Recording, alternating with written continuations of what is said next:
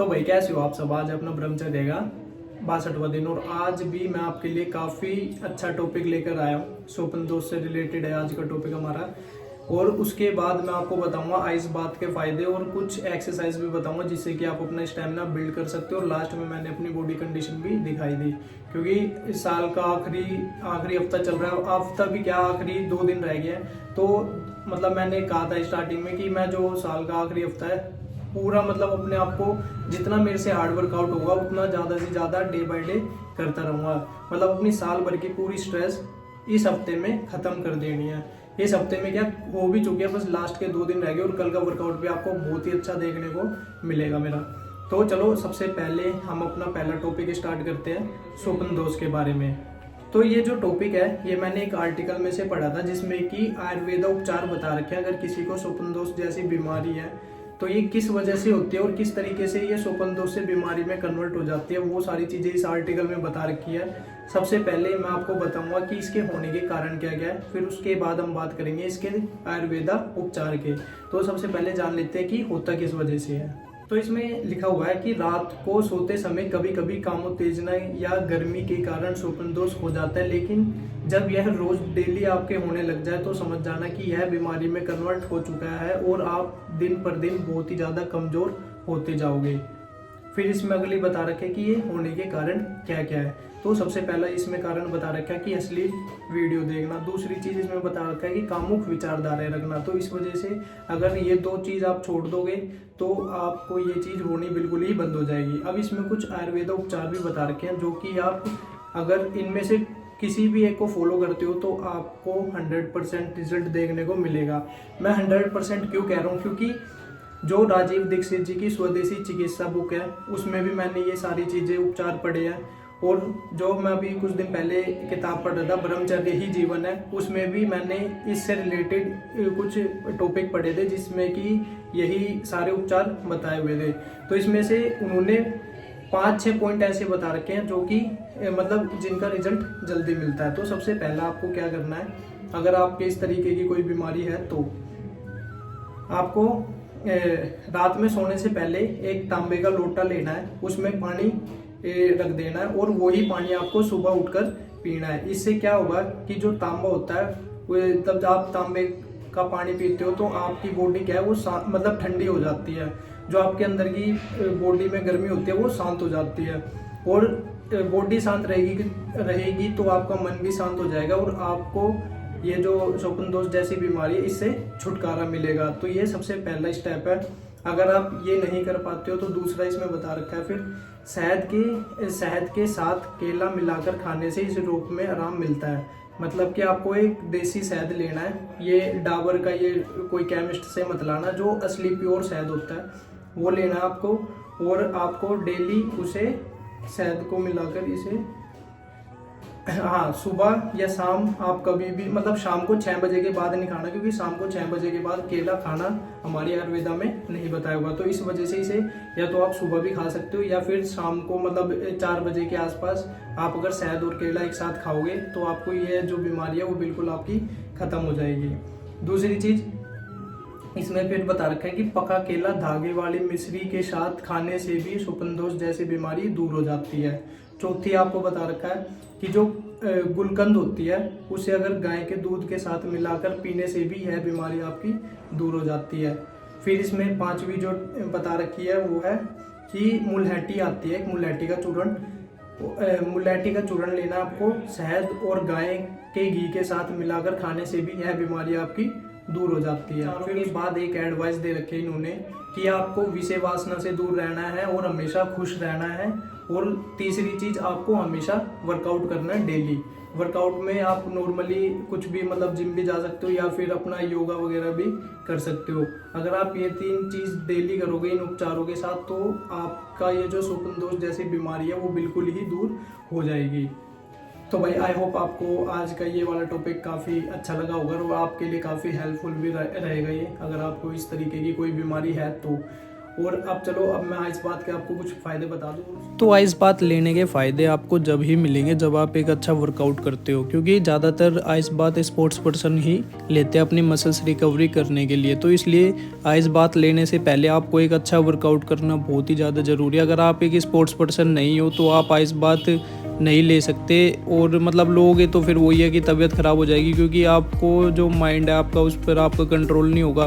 तो इस वजह से आप आइस बात की जो मतलब ठंड के मौसम में अगर आप आइस बात लोगे तो आप उसे सहन नहीं कर पाओगे। तो इस वजह से पहले वर्कआउट करना बहुत ही ज़्यादा ज़रूरी होता है। आपको एक अच्छा वर्कआउट करना है, फिर उसके बाद जब आपका शरीर बिल्कुल रम जाए, आपकी कॉन्सेंट्रेट पावर बहुत अच्छी हो जाए, उसके बाद आप आइस बात ले सकते हो।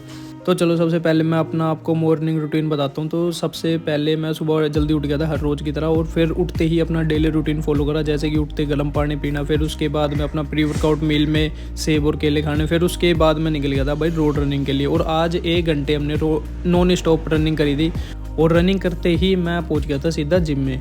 जिम में किस लिए आए थे हम पार्क में? आज वर्कआउट क्यों नहीं करा? क्योंकि पसीने काफ़ी ज़्यादा आ गए थे। अगर हम वहाँ पे कपड़े उतार के वर्कआउट करते तो शायद हमारी तबीयत भी ख़राब हो सकती थी। तो इस वजह से हमने सोचा क्यों ना जिम में जाके अपना क्रॉसफिट वर्कआउट किया जाए।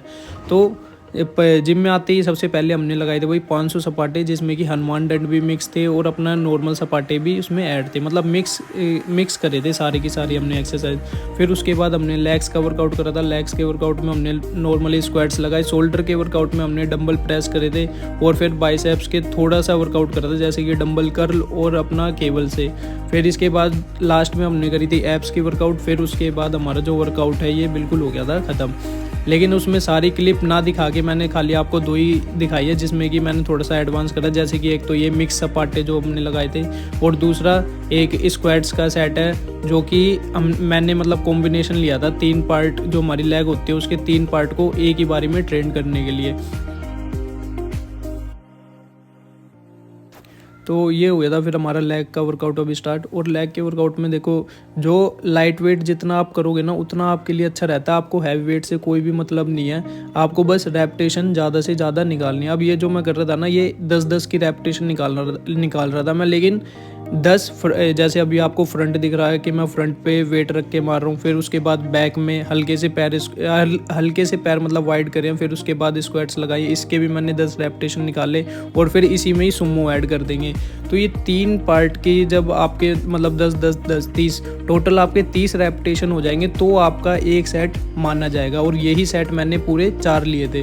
तो भाई ये होता है, अगर आप रनिंग अच्छी करते हो और अगर आपको अपने पैर स्ट्रॉन्ग करने हैं और आपके जल्दी इंजरी ना हो, तो इसलिए आपको रनिंग के साथ साथ वेट ट्रेनिंग करनी भी बहुत ही ज़्यादा ज़रूरी होती है।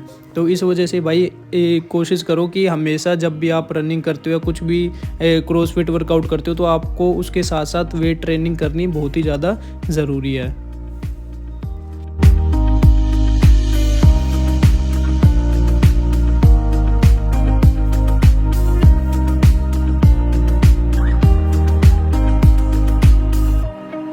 तो भाई ये थी लास्ट में बॉडी कंडीशन, जिसमें कि आप देख सकते हो लेग्स अच्छे खासे पंप थे। लेकिन वहीं अगर दूसरी तरफ अपर बॉडी देखोगे तो वह इतनी पंप नहीं हुई थी, क्योंकि भाई आपकी एक ही चीज़ पंप हो पाएगी अगर जिस दिन आप फुल बॉडी वर्कआउट करते हो, या तो लेग्स या फिर अपर बॉडी इसलिए पंप नहीं हुई क्योंकि भाई 1 घंटे नॉन स्टॉप रनिंग करी थी इस वजह से। तो भाई घर आके अब अपनी बॉडी को करना था रिलैक्स, इसलिए मैंने 10 किलो बर्फ़ गिरी थी अपने इस ड्रम में, और उसके बाद अपने आप को इसमें डाल लिया था। फिर इस तरीके से 10 मिनट तक अपनी आइस बात हमने ली थी। और ज़रूरी नहीं है कि 10 मिनट भी ले सकते हो आप, अगर थोड़ा सा टाइम बढ़ाना चाहो।